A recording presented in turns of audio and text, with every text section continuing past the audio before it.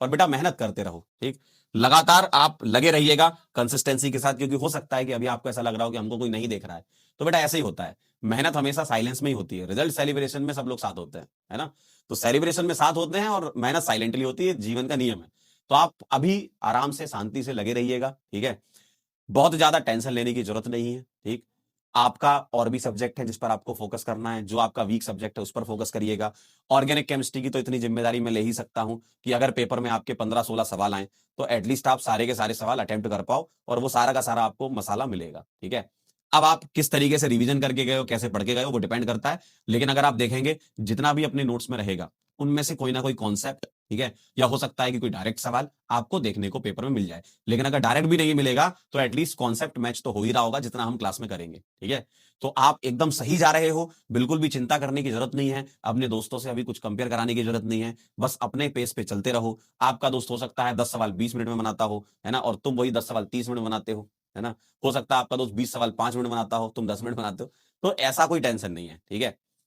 अगर आप overall analysis करें 24 घंटे का, तो 24 घंटे में आपके पास अच्छा खासा टाइम रहता है, इस टाइम में आप रिवीजन भी कर सकते हैं, जो मैं क्लासेस में क्वेश्चन कराता हूं उसको दोबारा भी कर सकते हैं, बस लगातार अपने आप को अपनाइए। ये जो तैयारी होती है, तैयारी का मतलब ये नहीं होता कि क्लास अटेंड करी, होमवर्क कर लिया और आपका काम खत्म हो गया। ये जो तैयारी है, ये है आपका मेंटल प्रेशर, आप किस तरीके से हैंडल कर पा रहे हो, ठीक है। कई बार चीजें ईजी आती हैं, कई बार चीजें टफ आती हैं, हर चीज आसान तो होती नहीं है ना, हर चीज टफ होती है, तो एक प्रॉपर बैलेंस बनाना सीखिए, ठीक है। अपने दिमाग को शांत रखना सीखिए, क्योंकि अगर आप बहुत ज्यादा हड़बड़ाएंगे ना जीवन में, तो आप हड़बड़ा ही जाएंगे, फिर टेंशन में रहेंगे आप हमेशा। आपको लगेगा ये भी कर लूं, ये भी कर लूं, ये भी कर लूं, ये भी कर लूं, 10 चीजों के चक्कर में मत पड़े। आपका बैच सेल्फ सफिशिएंट है आपके डॉक्टर बनने के लिए, बस जो कंटेंट मिल रहा है वो आप करते जाइए, क्योंकि आपको ये जितना भी दिया जा रहा है, देखो एक तो होता है ऐसे, तो फिर अगर आईयूपीएससी पढ़ाने बैठो तो फिर 20 दिन भी पढ़ सकते हैं, 45 दिन भी पढ़ सकते हैं, तो एक ऑप्टिमम जो प्लानर होता है उसके अकॉर्डिंग, और जितना आपको रिक्वायर्ड है, क्योंकि आपको बेटा बाद में रिवीजन भी तो करना है, तो बाद में जब रिवाइज करो तो इतना चीज होनी चाहिए आपके पास, ये मोर देन सफिशिएंट है, इतनी चीज होनी चाहिए कि जिससे आप रिवाइज करके पेपर देने चले जाओ, ठीक है।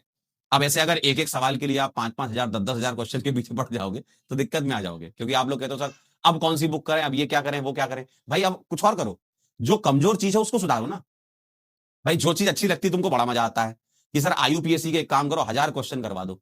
उसका मतलब नहीं ना, तुम इतना 1000 क्वेश्चन में टाइम वेस्ट करोगे, सही बता रहा हूं, टाइम वेस्ट करोगे, उतने में तुम कोई पुराना टॉपिक, कोई फिजिकल केमिस्ट्री का तुम्हारा वीक टॉपिक, या तो कोई फिजिक्स का वीक टॉपिक या बायो का वीक टॉपिक, उतने में तुम रिवाइज कर लो। प्रॉपर बैलेंसिंग होनी चाहिए सब्जेक्ट्स के अंदर, ऐसा नहीं कि जो तुमको पसंद आ रहा है बस वही पढ़े जा रहे हो, क्योंकि बाकी सब्जेक्ट जो होते हैं, देखो हर एक क्वेश्चन 4 नंबर का है, चाहे वो टफ चैप्टर से आए चाहे इजी चैप्टर से आए, चाहे वो बायो से आए चाहे वो फिजिक्स से आए, बस ये ध्यान रखिएगा, हर एक चीज का इक्वल वेटेज होता है पेपर के अंदर, बस उसको करिएगा, ठीक है। उसको ध्यान रखिए, मद्देनजर रखिए, जो कमजोर चीज है उस पर फोकस करो ना, जिससे तुम्हें डर लगता है उसको पहले पकड़ो ना, ताकि उसके तुम कम से कम उस लेवल तक के सवाल कर लो कि मान लो कोई बहुत टफ चीज है, अगर मान लो वही बहुत टफ चीज है और उसका फॉर्मूले बेस का सवाल आ गया, आप कहोगे सर मैंने तो टॉपिक ही छोड़ दिया था, क्यों, मैं टॉपिक से डरता था। अरे तो उस पर्टिकुलर टॉपिक के कुछ ऐसे सवाल ही कर लो जो डायरेक्ट फॉर्मूले बेस्ड हो, या ऐसे सवाल कर लो जिससे सीधे सीधे सवाल हो जाए, मतलब ऐसे कॉन्सेप्ट सीधे सवाल कर लें।